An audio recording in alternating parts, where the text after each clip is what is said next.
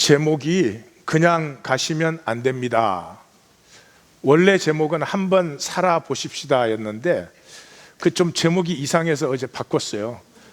그리고 아침에 보니까 이 제목은 더 이상하더라고요. 네. 그런데 뭐 뜻은 이런 것이지요. 깨어나야 되는데 세상 속에 육체로 살고 있는 우리의 삶은 체면되어 있다, 또 아니면 중독되어 있다, 뭐 그렇게 밖에는 표현이 안 돼요. 왜냐 그러면 열심히 살았잖아요. 열심히 살았는데 돌아보면 이렇게 살고 싶었던 게 아니거든요. 돌아보면 지금 이 자리가 내가 있고 싶은 자리가 아니고 지금의 나가 결코 내가 되고 싶었던 내가 아니에요. 왜 그렇게 그러면 살았어요? 그렇게 열심히. 아니 뭐 딴 일을 한 것도 아니고 처절할 정도로 열심히 살았는데도 내가 원했던 바는 살지 않고 원치 않은 바는 살고 있죠.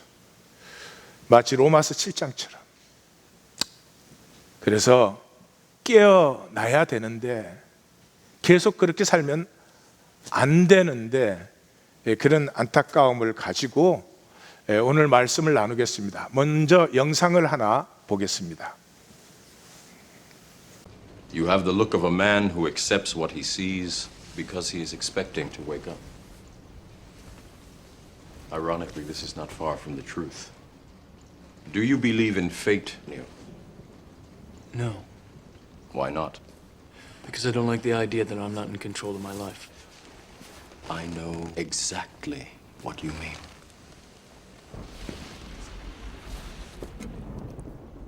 Let me tell you why you're here. You're here because you know something. What you know you can't explain, but you feel it. You felt it your entire life, that there's something wrong with the world. You don't know what it is, but it's there, like a splinter in your mind, driving you mad. It is this feeling that has brought you to me. Do you know what I'm talking about? The Matrix? Do you want to know what it is? The Matrix is everywhere.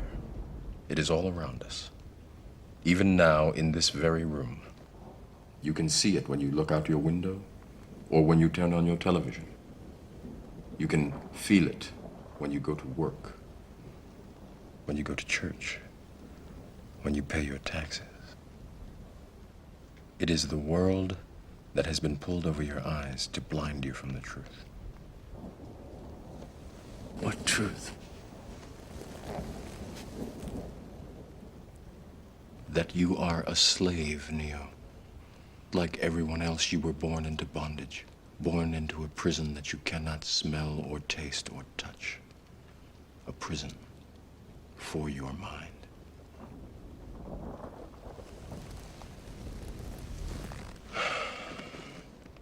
Unfortunately, no one can be told what the Matrix is.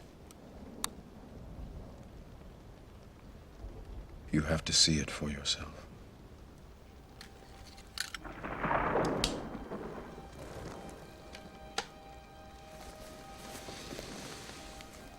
This is your last chance. After this, there is no turning back. You take the blue pill, the story ends. You wake up in your bed and believe whatever you want to believe.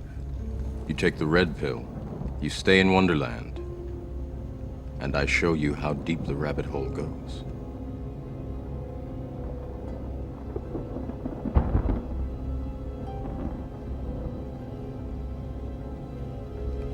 Remember, all I'm offering is the truth, nothing more.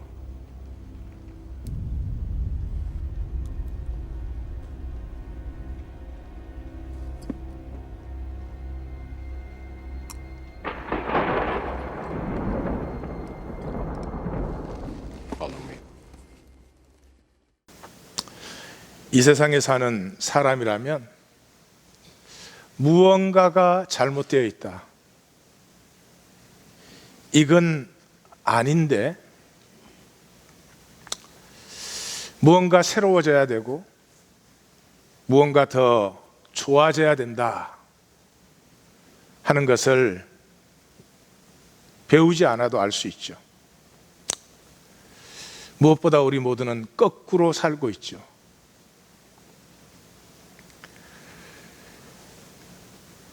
하고 싶지 않은 것은, 하고 싶지 않은 말은 쉽게 하고 쉽게 내뱉고 쉽게 삽니다. 정말 살고 싶은 삶은 정작 살지를 않습니다. 모든 게 거꾸로 되어 있죠. 이것에서 눈을 뜨는 일은 이 영상에서 말하는 바와 같이 미칠 것 같은 갈등이 있어야 됩니다. 막연한 위시, 어떻게 잘 되면 좋겠는데, 그냥 하나님 믿으면 좋겠는데, 이런 것으로는 결코 만날 수가 없습니다. 매트릭스, 이 모든 현상, 우리가 실제라고 느끼는 이 모든 현상은 본질 세계에서 우리를 완전히 차단하고 있습니다.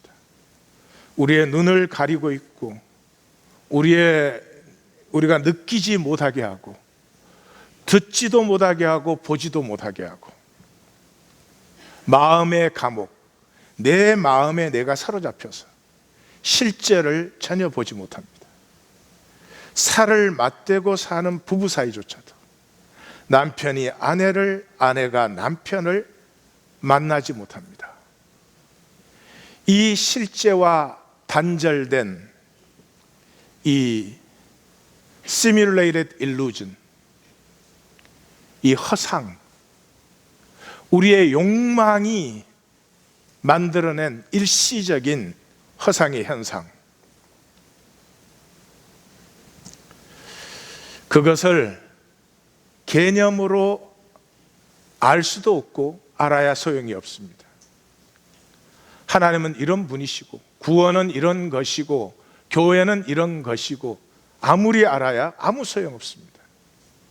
영상에서 말하는 것처럼 You have to see it for yourself. 만나지 않으면 아무 소용이 없습니다. 영화기 때문에 조금 촌스럽게 표현됐죠.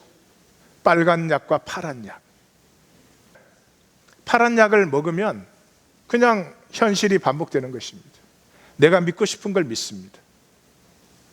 괜찮을 거야. 뭐 다 그런 거지. 뭐 어떻게 진짜 새로워지는 게 어디 있어. 자기 믿고 싶은 걸 믿죠. 그렇지만 빨간 약을 먹으시면 No turning back. 예수가 그리스도라는 사실을 만나버리시면 You could never turn back. You could never come back. 새롭게 열린 그 신비의 세계의 진실 속으로 끝없이 빨려 들어갑니다. 고난이 와도 멈출 수가 없습니다. 심지어 죽는다고 해도 멈춰질 수가 없습니다. 성경이 말하는 생명의 세계의 열림과 이 영상은 참 많은 것을 공유했습니다.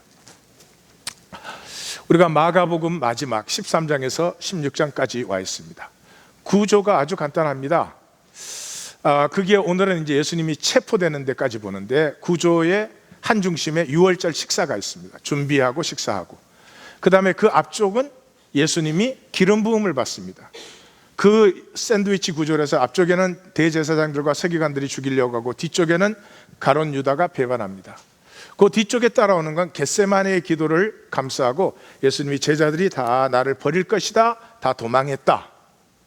그 앞에 서론처럼 13장 종말장이 붙어 있습니다. 오늘 설교 노트에는 제가 6월절 24시간, 예수님의 생애 마지막 24시간은 마가가 3시간 단위로 잘라서 8부작 드라마로 제작을 해놓았습니다. 평생 성경을 읽는 사람들이 이걸 못 봅니다. 예수님이 그렇게 소중하게 생각하셨던 마지막 24시간에 예수님이 뭘 했는지 평생을 교회 다닌 사람들이 아는 사람이 거의 없습니다. 왜요? 성경 안 만났으니까. 만나면 기억합니다. 그래서 오는 주 묵상에 도움이 되라고 제가 8부 드라마를 거기에 넣어놨어요. 여러분들은 드라마 그러면 껍벅 죽잖아요. 자, 그러면 마가복음 13장 종말로 들어가겠습니다. 종말도 굉장히 헷갈려 있는 장이에요.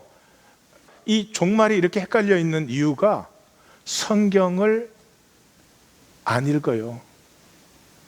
성경 갖고 만든 교리와 종교는 안 믿는 사람도 다 아는데 이 기독교 안에 있는 사람조차도 성경을 만나지를 않았으니까 이 종말이 이렇게 헷갈려요. 종말은 아주 간단합니다. 시작할 때 성경은 항상 그 단락을 시작할 때 전체 주제를 던져요. 99% 그렇습니다. 처음에 성전을 던지잖아요. 그러니까 이 13장의 종말의 핵심 주제는 예루살렘의 멸망이에요. 성전의 멸망이에요. 그래서 가장 그 핵심되는 부분에 예루살렘의 종말이 앞뒤로 이렇게 나오고 샌드위치 구조로 그 가운데 하나님 창조 세계의 종말이 들어와요. 그러니까 하나님의 새 창조가 시작이 되는 거죠. 그래서 그 앞쪽에는 역사 전체가 환난이라는 거죠. 그 환난 속에 우리는 어떻게 살아야 되느냐? 복음의 사람으로 살으라. 그리고 마지막에 이렇게 교훈, 깨어 있어라. 그게 이제 종말이에요. 13장이에요. 간단하게 하겠습니다. 13장은 시작이 그래요. 성전에서 나가실세. 예수님이 뭐 성전에 걸어 나가신다는 거 성경이 적고 있어요? 아니죠. 이 성전은 하나님께서 떠나시는 것입니다. 이제 남은 것은 심판밖에 없습니다. 근데 이 철없는 제자들이 예수님이 성전이 뭐라 그랬어요? 강도의 규례라고 했잖아요. 근데 이 돌들 좀 보소서. 이 건물 어마어마하죠. 예수님이 돌 건물 그러니까 반대로 건물 돌 위에 돌 하나 남지 않고 다 멸망해. 그렇게 하시죠. 그리고 이제 핵심 부분으로 들어갑니다. 예루살렘의 멸망 이게 참 헷갈려 있는데 그냥 읽으시면 간단해요. 자, 멸망에 가증한 것이 서지 못할 곳에 성소에 서면 어떻게 하라고요? 산으로 도망하라. 그럼 우주의 종말일 때 산으로 도망하면 소용 있어요? 없어요? 겨울에 일어나기를 기도하라. 그러면 우주의 종말이면 겨울에 일어나나 여름에 일어나나 상관 있어요? 없어요? 그러니까 이건 예루살렘의 멸망이죠. 그죠? 그 반대편에 가면 무화과 나무의 비유를 배우라. 무화과 나무는 뭐예요? 이스라엘의 상징 아니에요. 그리고 뭐라고요? 이 세대가 지나가기 전에 이 일이 다 이루어진다 그랬으니까 이 세대가 지나가기 전에 안 이루어지면 예수님이 거짓말 한 거죠. 그러니 이게 예루살렘의 멸망을 얘기해요. 그 예루살렘 멸망을 얘기하는데 중간에 우주의 종말을 살짝 끼워놨어요. 이 창조 세계의 종말. 그거 어떻게 알아요?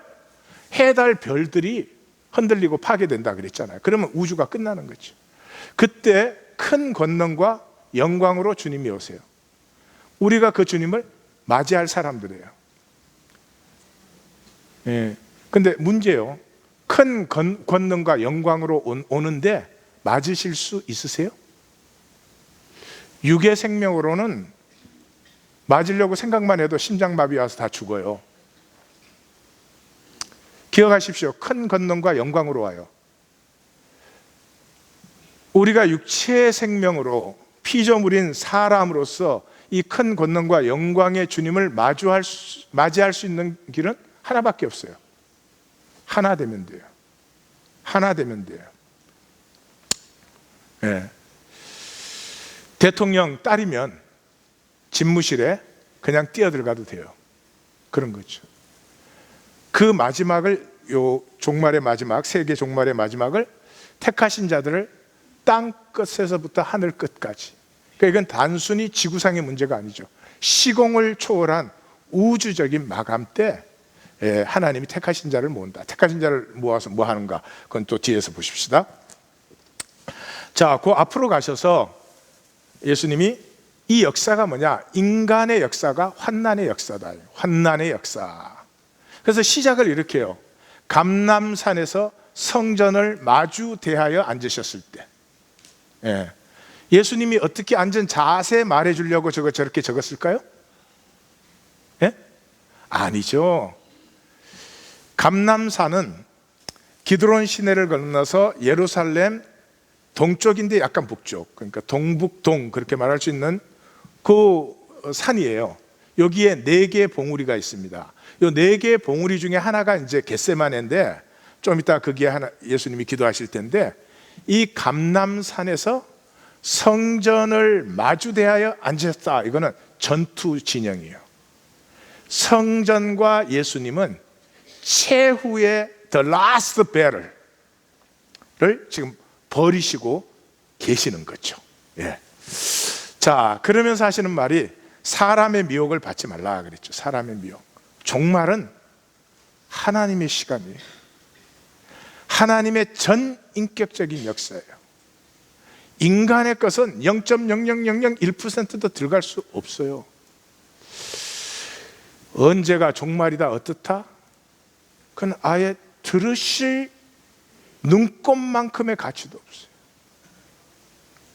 사람의 미혹을 조심하셔야 돼요. 사람은 항상 우리가 뭘 컨트롤할 수 있다고 말해요. 언제 오시기 때문에 그때 먼저 가서 기다리면 우리는 구원받아 이래요. 성경에 그런 구원 원리가 있습니까? 사람의 미혹을 조심하셔야 돼요. 우리가 믿는 기독교 안에는 사람의 미혹이 많이 들어있죠.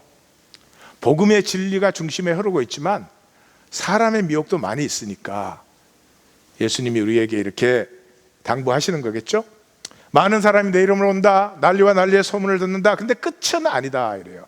끝은 아니다 그럴 때 끝이라는 말이 에스카톤인데, 에스카톤이라는 말을 안 쓰고 텔로스라는 말을 써요. 텔로스라는 것은 디자인이, 뜻이, 계획이 완성되는 것이죠. 그러면 저 텔로스는 하나님의 창조 세계가 끝나고 새 창조가 열리는 것이에요.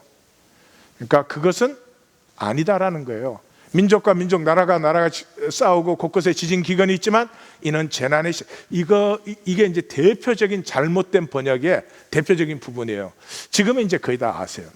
저 오딘이라는 단어는 아마 이게 종말장이기 때문에 재난이라고 그렇게 번역을 했을 거예요. 여인이 애를 낳는 진통이에요. 그래서 영어 성경들은 보면 childbirth라고 돼 있을 거예요. birth suffering 그렇게 나올 거예요. 그러니까 하나님이 이 역사에 이렇게 환난과 아픔을 허락하고 계시는 것은, 환난과 아픔이 왜 있어요? 인간이 만든 인간 세계 속에 인간 세계의 핵심은 욕심에 있으니까.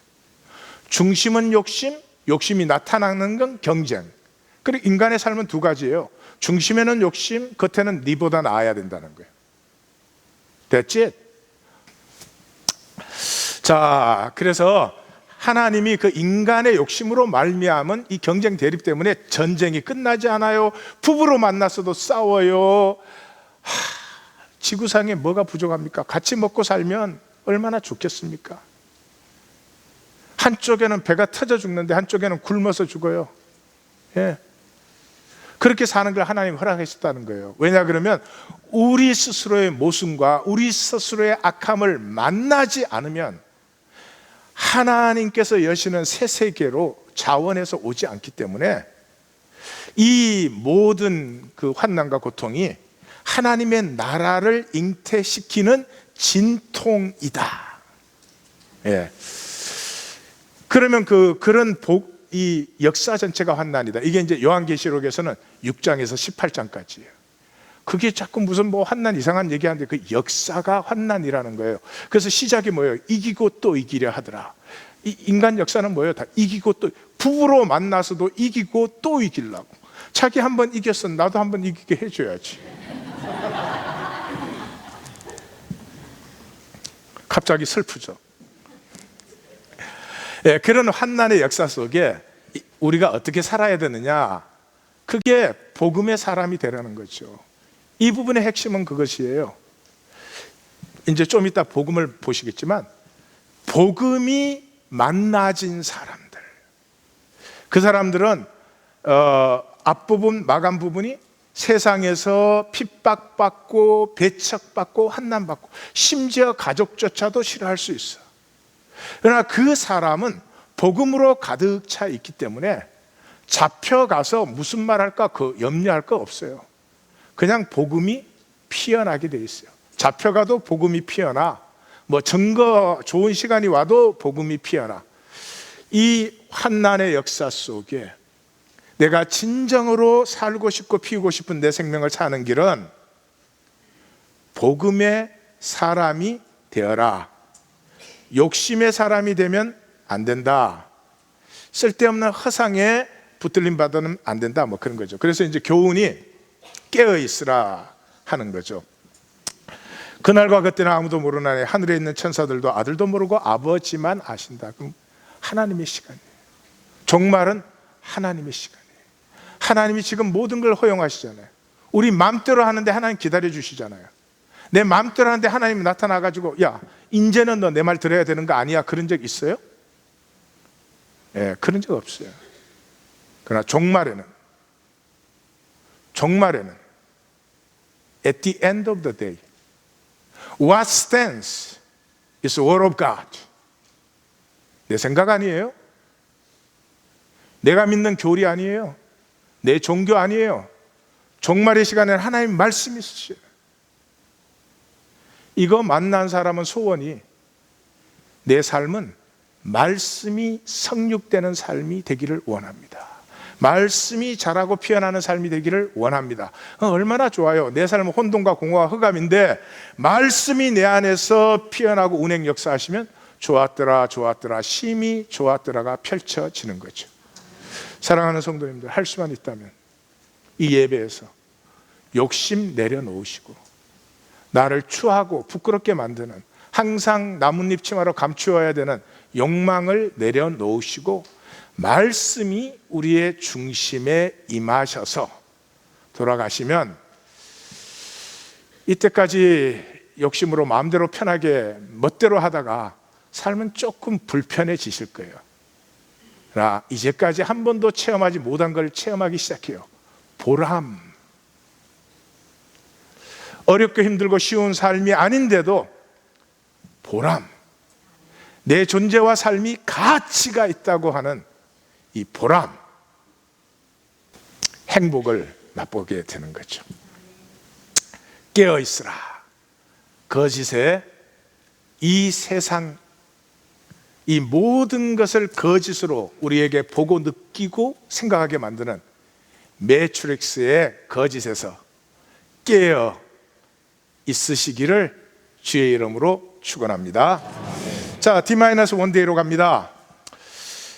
1절 시작이 이렇습니다. 14장의 시작이 이틀이 지나면, 그러니까 48시간 전이죠.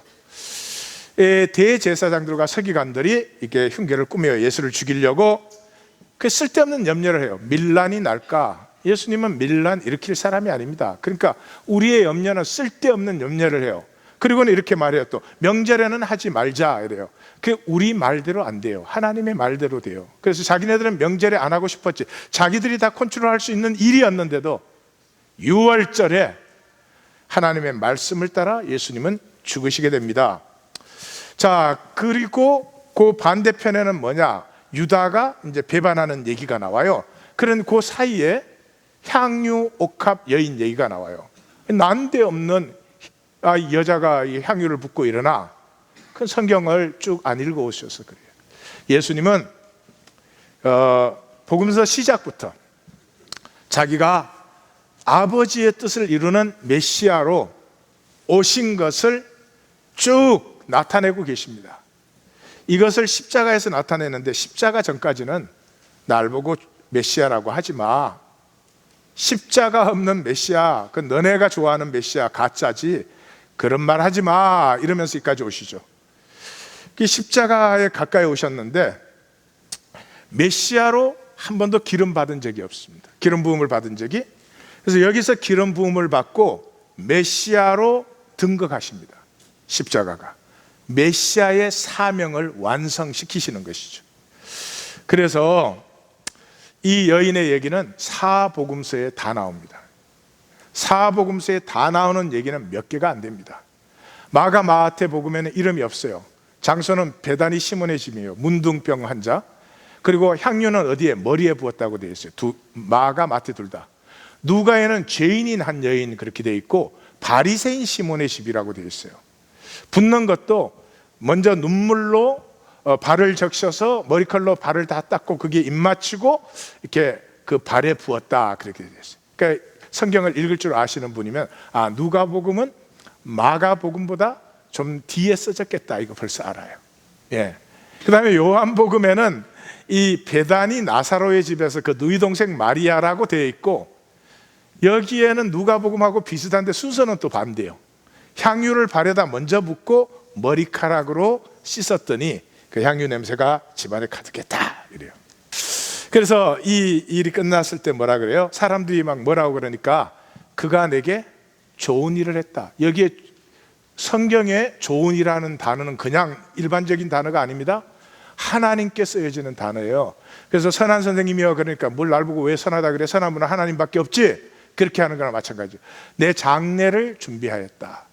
그리고 뭐라고요? 이 여자가 행한 일을 복음이 전해지는 곳에는 다 전해라. 이 무슨 말이죠?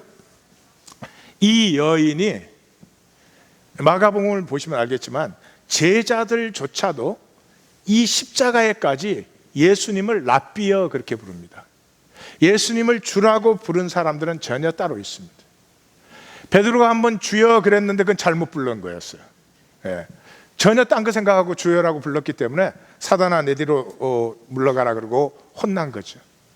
이 여인이 예수님의 십자가까지 공생애가 마감되는 이 시점에 가장 온전한 신앙 고백을 한 것입니다.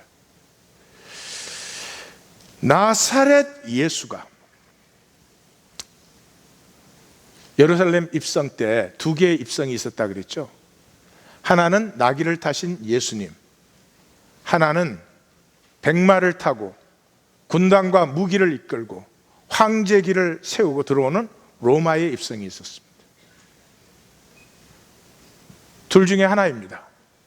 로마 황제가 왕이고 그를 중심으로 한 실제가 진짜이든지, 이 초라한 나사렛 예수가 왕이고 그를 중심으로 하는 그가 가르치는 말씀과 세계가 진짜이든지, 둘 중에 하나입니다. 욕심이 중심이 된 육체는 생각할 것도 없습니다. 황제가 좋지요.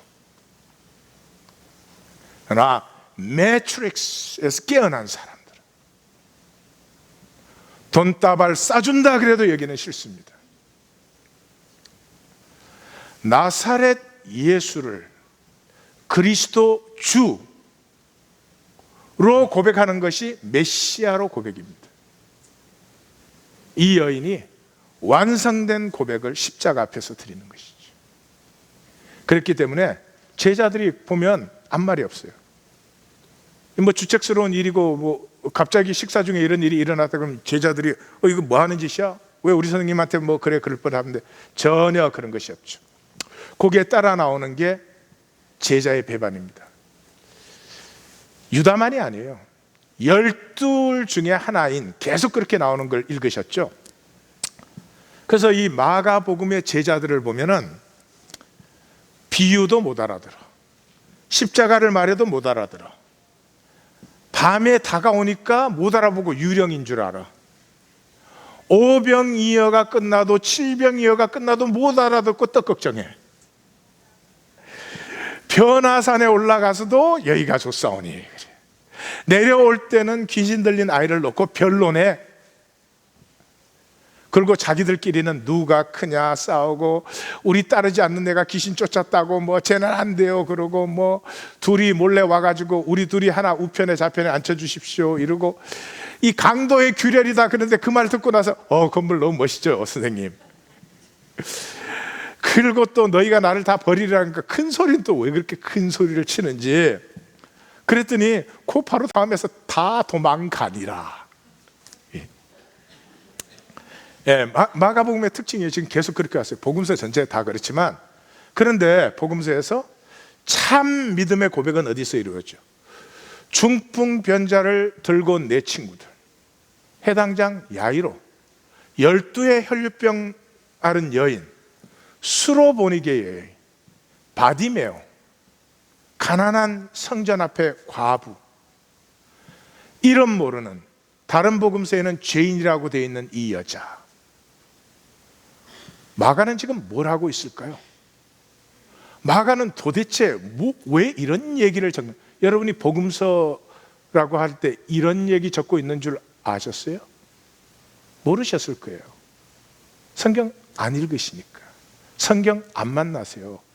교리나 기독교가 뭐 하는 걸 아는 걸 자기가 믿는 것이라고 굉장히 착각을 해요. 마가의 마음이 느껴져야 됩니다. 마감은 일단 굉장히 급하게 적고 있어요. 왜냐? 예수님의 생애가 시작되고 나서 하여튼 3년 동안의 사역은 막 대충 지나가요. 그렇게 해서 후닥닥 해치우고 예수님의 마지막 한 주간에 와서 천천히 적고 있어요. 그리고 다음 주에 만날 이 마지막 하루, 6월절 하루는 24시간을 3시간씩 8개로 쪼개가지고 그 하나하나를 우리가 만나기를 원해요. 근데 만난 적이 없지요. 그저 우리는 답을 다 알고 있으니까. 내 죄를 위해서 십자가에 죽으신 주님. 근데 뭐 죄책감은 그대로 있고 열등의식은 그대로 있는데 정답 말하면 뭐해요? 그렇게 이제는 그렇게 믿는 시간은 끝났어요. 그래서 왜 이렇게 급하게 예수님의 십자가 얘기를 적고 있나? 마가복음은 예루살렘이 70년에 멸망하죠. 70년에 멸망하는데 그 64년에 그때 황제가, 그 직전의 황제가 네로입니다. 이 기독교를 공식적으로 핍박한, 디오클레시안과 더불어서 가장 잔인하게 핍박한 그 황제입니다. 54년에 취임해가지고 68년에 자살함으로 끝났습니다. 그 시간 동안이 어마어마한 박해와 핍박의 시간인데 그 박해와 핍박 속에서 많은 성도들은 견디지 못했죠. 그런데 예루살렘이 멸망하면서 예루살렘 교회조차도 흩어져 버리니까 많은 사람은 이것이 끝이라고 생각했습니다. 여기서 끝나는 줄 알았습니다. 근데 마가는 그때 펜을 잡았습니다. 지금처럼 쓰는 게 쉬운 때가 아닙니다. 예? 종이 갖다 놓고 펜 들면 쓰는 때가 아닙니다. 양피지 비쌉니다. 양피지를 모아야 됩니다. 이 복음서 한 권을 쓴 정도면 상당한 양입니다. 펜과 잉크도 흔하지 않은 시대입니다. 그걸 갖다 놓고 이걸 쓰기 시작하는데 이 시작하는 말이 아르크 The beginning, 끝이 아니라는 거죠. 이게 진짜 시작이라는 거죠. 저 인간의 제도, 저 인간의 종교, 저 성전, 저 예루살렘이 무너지는 것이 하나님의 나라의 진정한 출발이 되고 있는 것을 보라는 거죠. 그러면서 이 하나님의 백성, 하나님의 교회가 되는 것은 베드로가 되든지 바울이 되든지 이렇게 잘난 사람이 되는 게 아니고, 베드로가 64년에 죽었죠. 바울은 68년에 죽었죠. 그러니까 지금 다 죽은 상태입니다. 그러니 이 사람들은 우리는 지도자들도 죽었지, 교회는 흩어져 버렸지, 예루살렘은 끝났지, 우리는 모든 게 끝났구나. 바로 인간이 끝난 자리가 하나님의 시작인 것을 마가는 보여주고 싶은 거죠. 그리고 그 종말이 어떻게 새 시작이 되는지의 열쇠를 십자가가 가지고 있는데 그 십자가를 만나게 해주고 싶어하는 이 마가의 안타까운 마음을 오늘과 다음 주에 꼭 만나셔야 됩니다. 꼭 만나셔야 됩니다.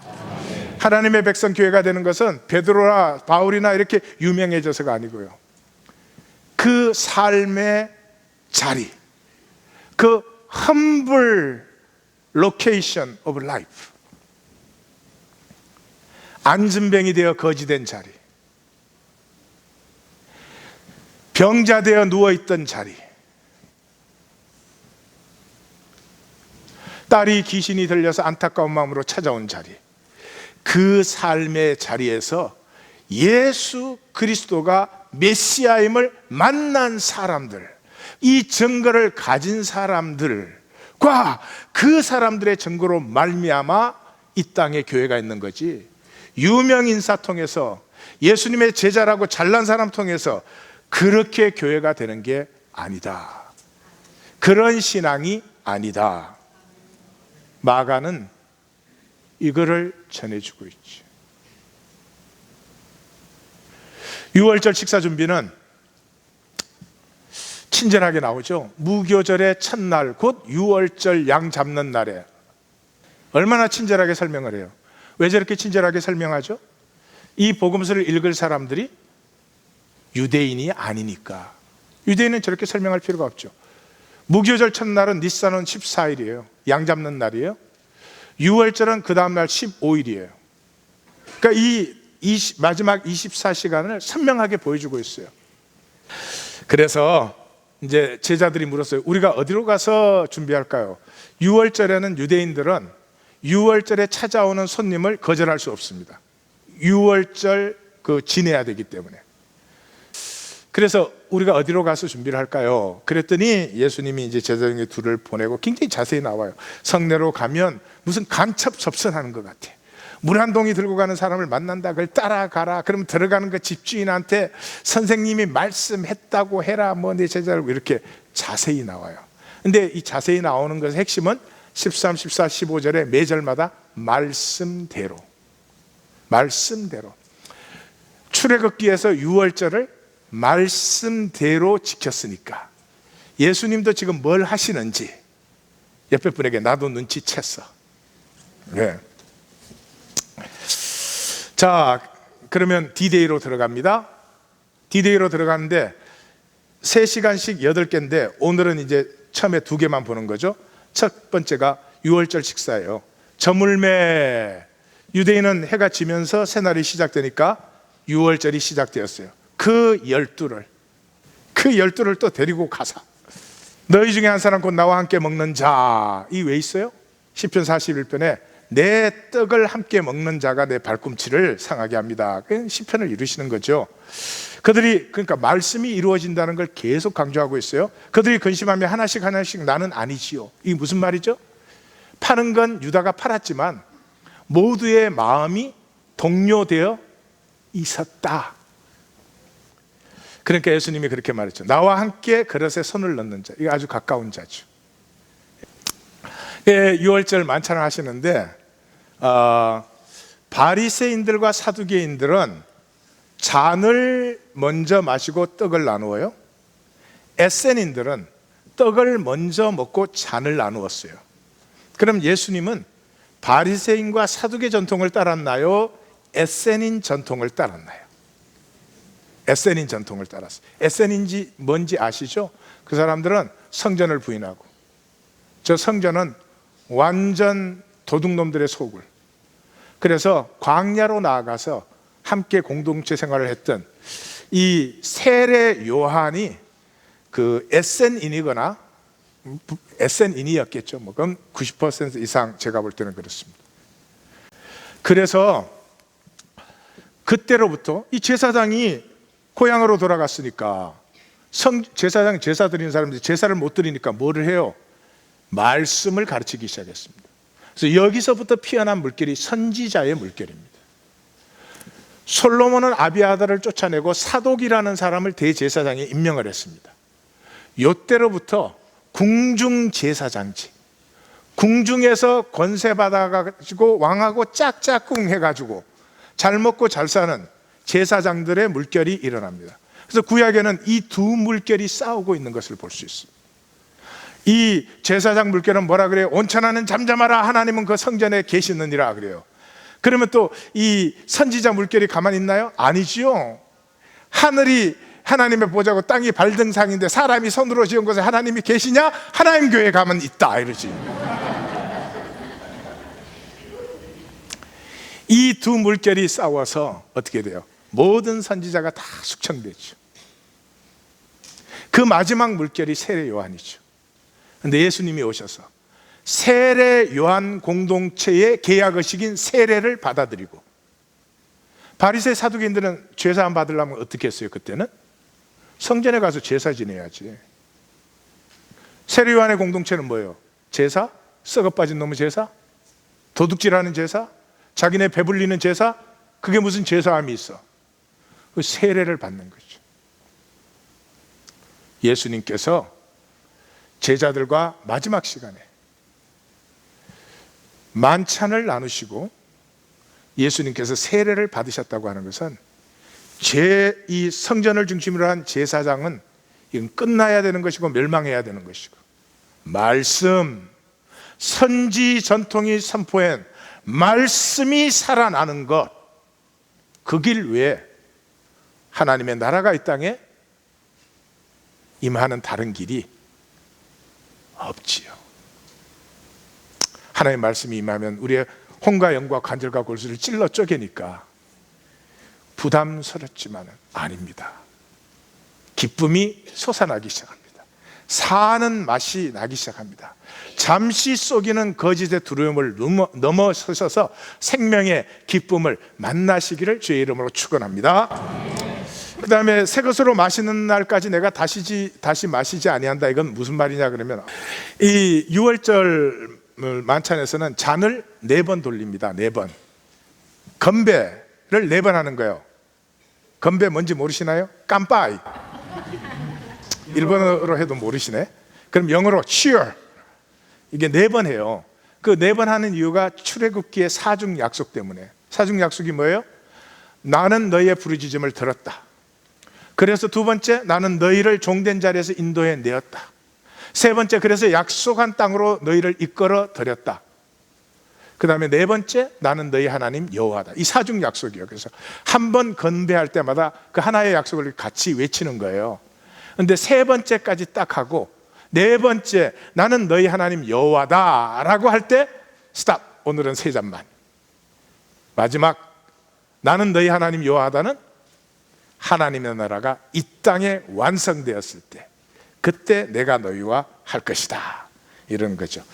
이제 그게 끝나고 이제 찬미하면서 감람산으로 갑니다. 그때는 CCM이 없었어요. 그래가지고 그 시편이에요, 찬미가.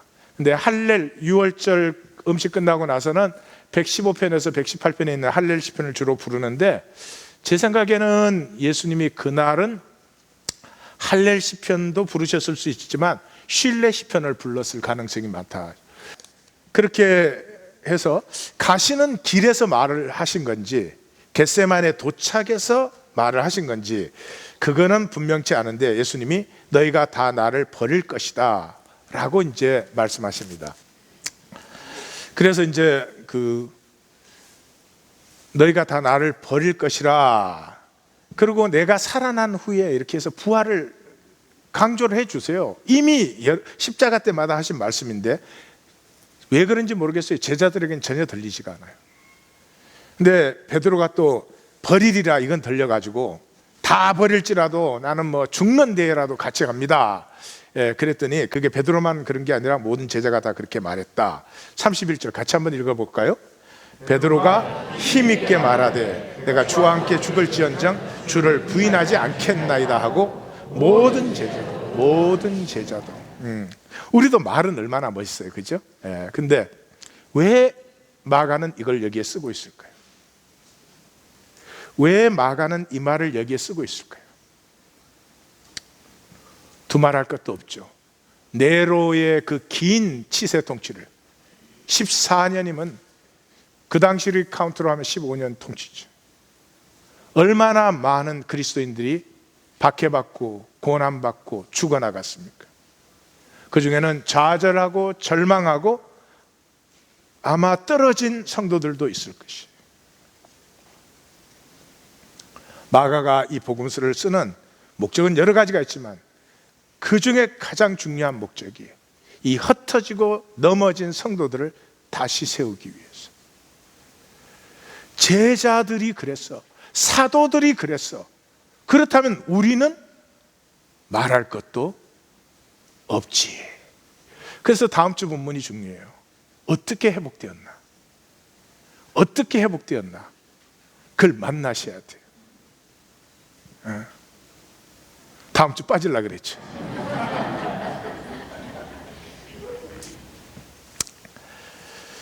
겟세마네에 도착했습니다. 히브리어는 가시마나임 그렇게 부르는 것이고 원래는 아람으로 다 불렀습니다. 가트 시트만. 가트 시트만에서 겟세마네가 나온 건데, 가트라는 말은 기름 짜는 틀이에요. 시트만은 올리브예요. 감람산이 뭐예요? 올리브가 많죠. 그 일대가 올리브가 엄청나게 많은데요. 그래서 예수님의 땀이 떨어지는 핏방울 같았다, 이게 올리브 기름을 짜내는 모습을 묘사하고 있는 거예요. 예수님의 생명이 정말 짜지는 그런 모습이에요. 그래서 베드로와 제자들은 여기 앉으라. 그러니까 제 생각에는 12제자만 그게 따라온 게, 아니 12제자는 아니지. 가룟 유다는 겟세마네 올 때 빠져나갔어요. 어디로 갔을까? 노랫방으로. 이게 빠져나갔어요. 근데 11제자만 따라오는 게 아니라 아마 많은 사람들이 바깥에 기다리고 있다가 예수님하고 같이 온 것 같아요. 그래서 다들 여기 계십시오. 같이 와야 도움도 안 되는 거고, 또 어떻게 그 좁은 봉우리에서 뭐 할 수도 없고, 그러니까 세 사람만 딱 데리고 가서 그렇게 말씀하셨어요. 심히 놀라시며 슬퍼하사 내 마음이 심히 고민하여 죽게 되었으니, 뭐 이런 것에서 우리는 만나죠. 우리 성경적인 구원은 인간인 내가 해탈하거나 초월하는 것이 아니고요, 이 연약한 나가 그대로 하나님에게 품음을 받는 것이죠. 하나님과 하나 되는 것 외에는 다른 길이 없다. 근데 그게 또 인간에게는 참 어려운 거겠죠. 내 마음대로 해야 되니까. 그렇잖아요. 내 마음대로 안 되는 게 얼마나 힘들어요. 예? 가끔 다른 사람 운전하는 차를 타보시면, 지금 내 생각은 이렇게 틀어야 된다고 생각하는데 이렇게 틀거든. 그러면 존재 전체의 종말이 왔다 갔다.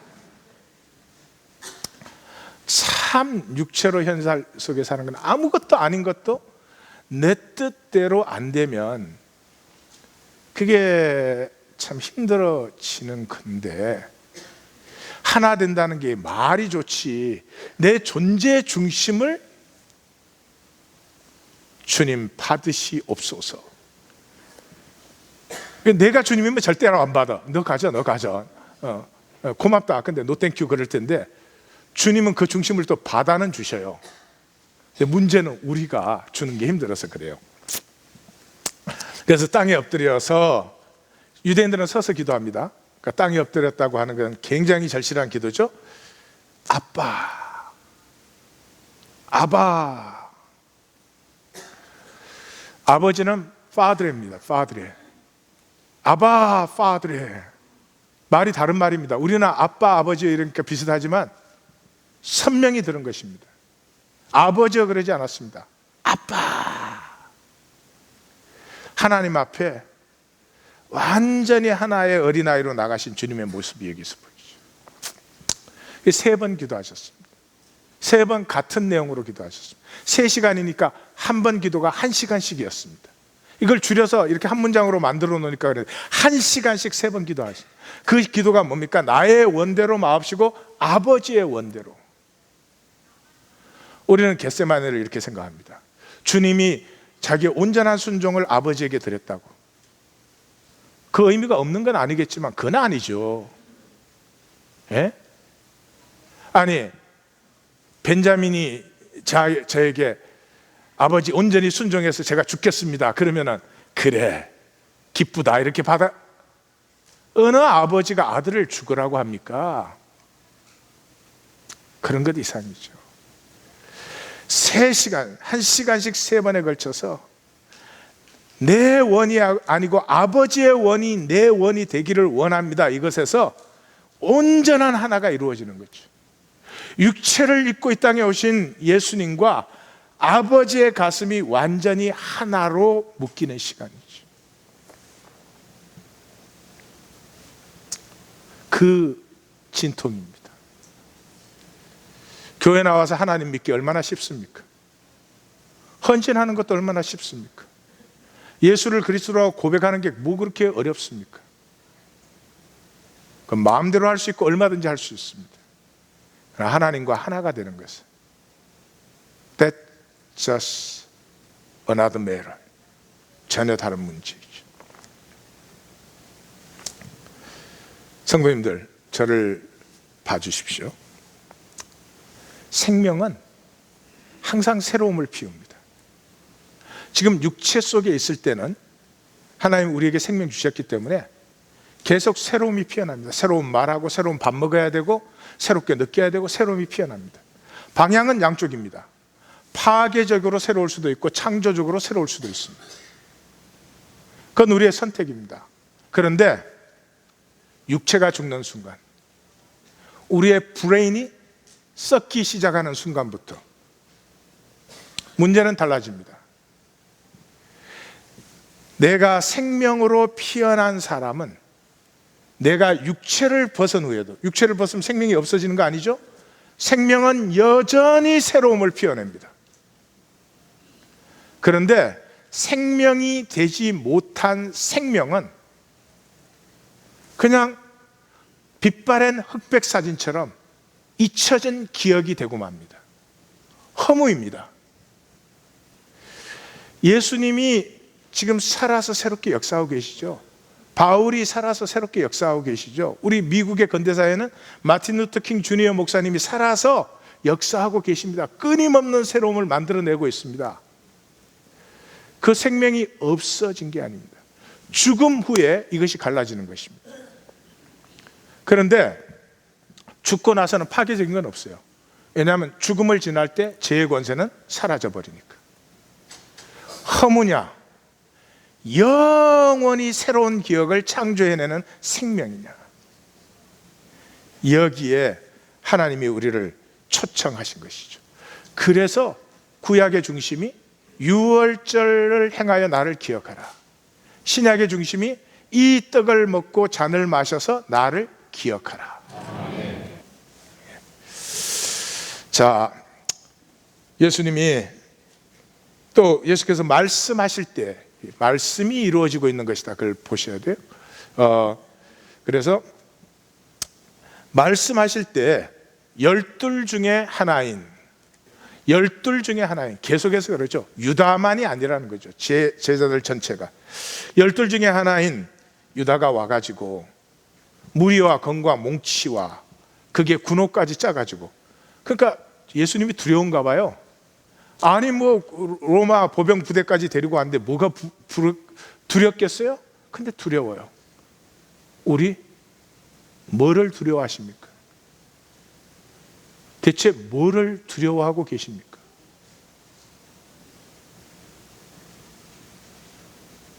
뭐를 두려워하고 계십니까?